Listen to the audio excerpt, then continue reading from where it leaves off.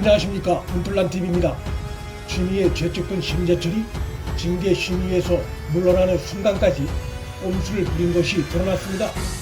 심재철 법무부 검찰국장이 징계위에서 스스로 물러나는 회피 결정을 내리기 전에 윤석열 검찰총장 측이 기피 신청을 한 징계위원들에 대한 기피 기각 의견에 참여한 후에 물러난 것이 확인됐습니다.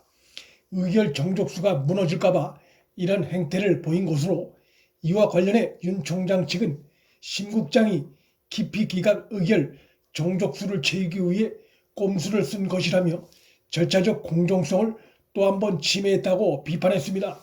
윤 총장 측은 징계위원 5명 중 4명에 대해 기피 신청을 했습니다.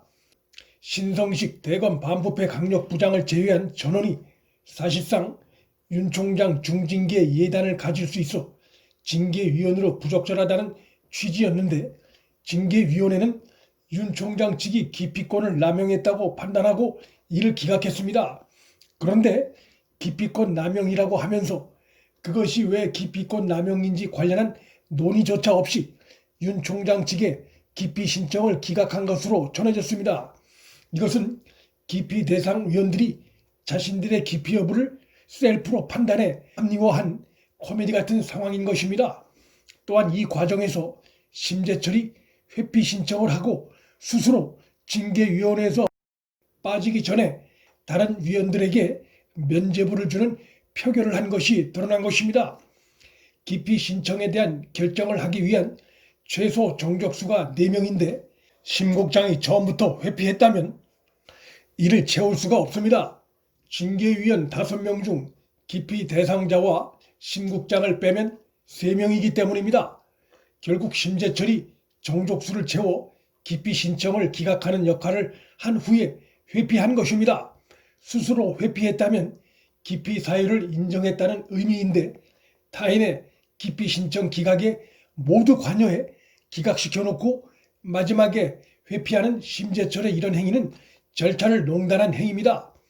심재철의 이날 모순된 행위는 향후 소송이 벌어질 경우에 윤 총장 측에 유리하게 작용할 수 있는 또 하나의 중요한 포인트가 될 전망입니다. 심재철은 이번 윤 총장 징계위 개최를 야기한 핵심 원인을 제공한 당사자로서 자신이 포함된 징계위가 어떤 결론이 나오든 후에 소송전에서 법무부에 불리하게 작용할 수 있다는 우려를 스스로 해 기피 신청을 한 것으로 볼 수 있습니다. 한마디로 재발절인자의 행위로 볼 수 있습니다. 따라서 심재철을 포함시켜 기각 여부를 결정한 징계위원회의 이날 행태는 윤 총장 측의 기피 신청을 기각하기 위해 부적격 징계위원을 참여시킨 후에 기피 기각 결정을 내리고 그제서야 부적격 징계위원이 스스로 물러나는 매우 속보이는 행위를 한 것으로 저질 꼼수라는 게 윤 총장 측의 주장입니다. 앞서 윤 총장 측은 회의에 출석한 징계위원 5명 가운데 4명에 대해 기피 신청을 냈었습니다. 대상에 오른 이들은 신성식 대검 반부패 강력부장을 제외한 이용구 법무부 차관, 심재철 법무부 검찰국장, 정한중 한국외국어대 교수, 안진 전남대학교 교수 등입니다. 윤 총장 측은 기피 대상이 된 위원들이 기피 의결에 참여할 경우 무효한 결정이 된다며 2013년 9월에 사립학교 교원에 대한 판결도 제시했습니다.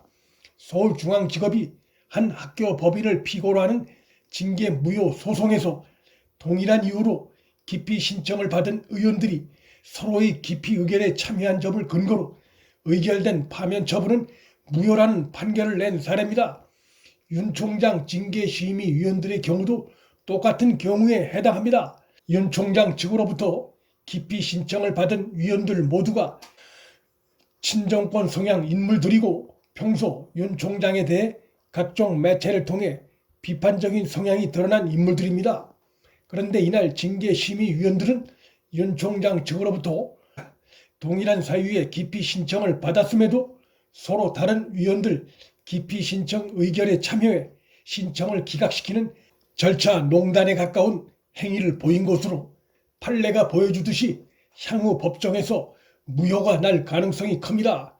특히 자신의 징계위원 자격에 문제가 있다고 스스로 판단해 기피 신청까지 한 심재철의 경우는 자신이 안고 있는 사유와 내용적으로 동일한 기피 신청을 받은 다른 징계위원들의 기피 기각 의결에 참여한 후에 빠져나간 경우이기 때문에 절차적 하자가 논란이 될 수밖에 없습니다. 심재철이 의결 전에 빠졌다면 정족수 부족으로 기피 신청 기각이 이루어질 수 있는 상황이었기 때문에 심재철의 이날 행위는 꼼수를 넘어 절차 농단이란 비난을 명키 어렵습니다.